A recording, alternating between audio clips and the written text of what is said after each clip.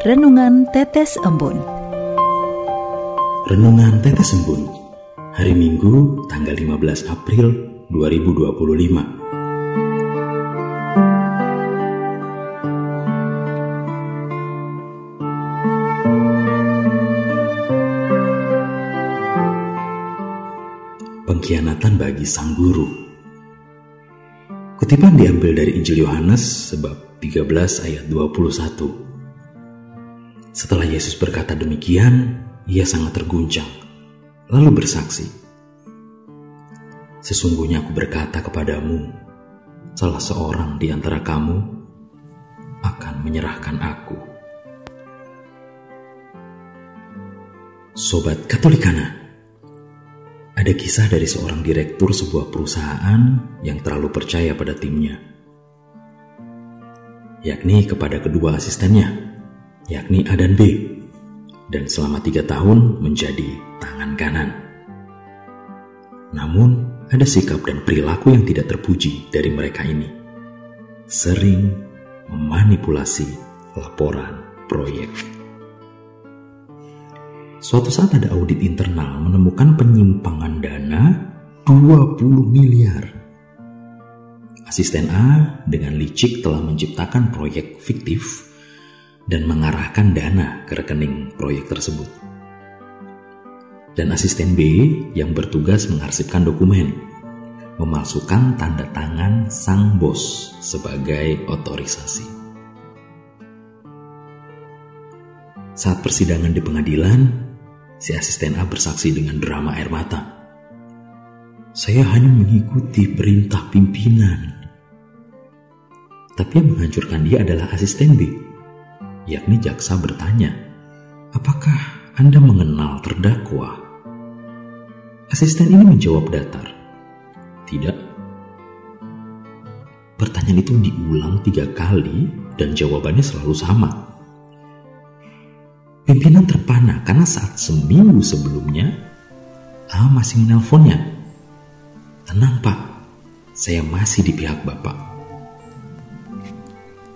Bukti-bukti palsu rapi, email perintah transfer atas nama pimpinan, rekaman suara hasil editan, hingga dokumen notulen rapat yang tak pernah ada. Pimpinan berusaha menjelaskan, tetapi hakim tertutup. Akhirnya ia divonis 10 tahun penjara. Sobat Katolikana, kisah di atas mengingatkan saya pada serentetan peristiwa perjamuan terakhir Tuhan Yesus bersama murid-muridnya.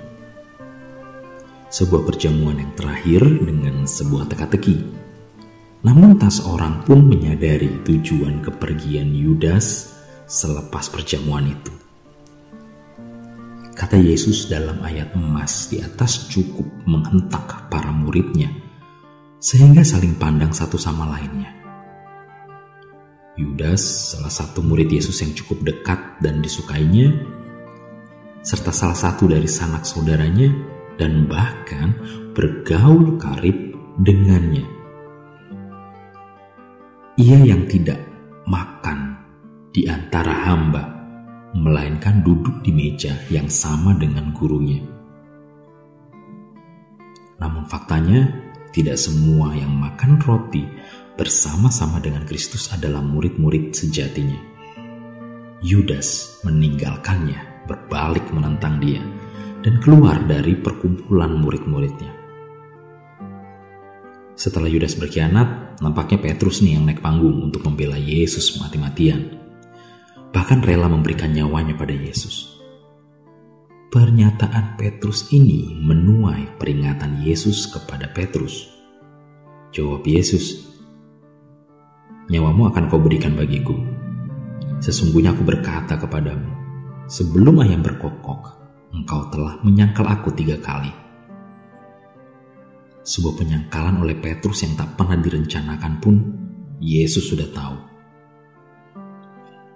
Pesan Tuhan hari ini mengajak kita semua untuk mempercayai ajaran Kristus, mematuhi hukumnya, menerima keselamatan yang ditawarkannya, dan menerima orang-orang yang diutusnya.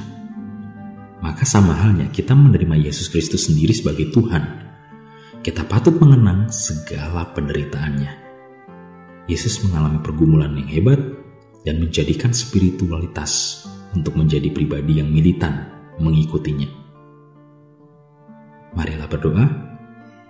Dalam nama Bapa dan Putra dan Roh Kudus. Amin. Ya Tuhan Yesus, terima kasih atas kasih-Mu yang sempurna bagi kami. Ajarilah kami untuk tetap ramah dan mengampuni sesama, meski keramahan kadang diselewengkan dan membawa pengkhianatan. Seperti yang Engkau alami, mampukan kami untuk selalu berbuat amal kasih, sebab perbuatan kasih tidak pernah akan kehilangan upahnya. Amin. Dalam nama Bapa dan Putra dan Roh Kudus. Amin.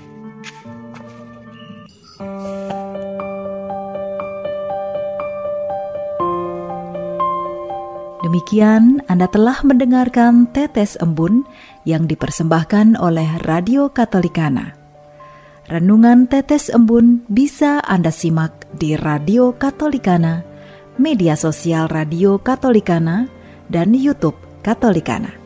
Terima kasih dan sampai jumpa.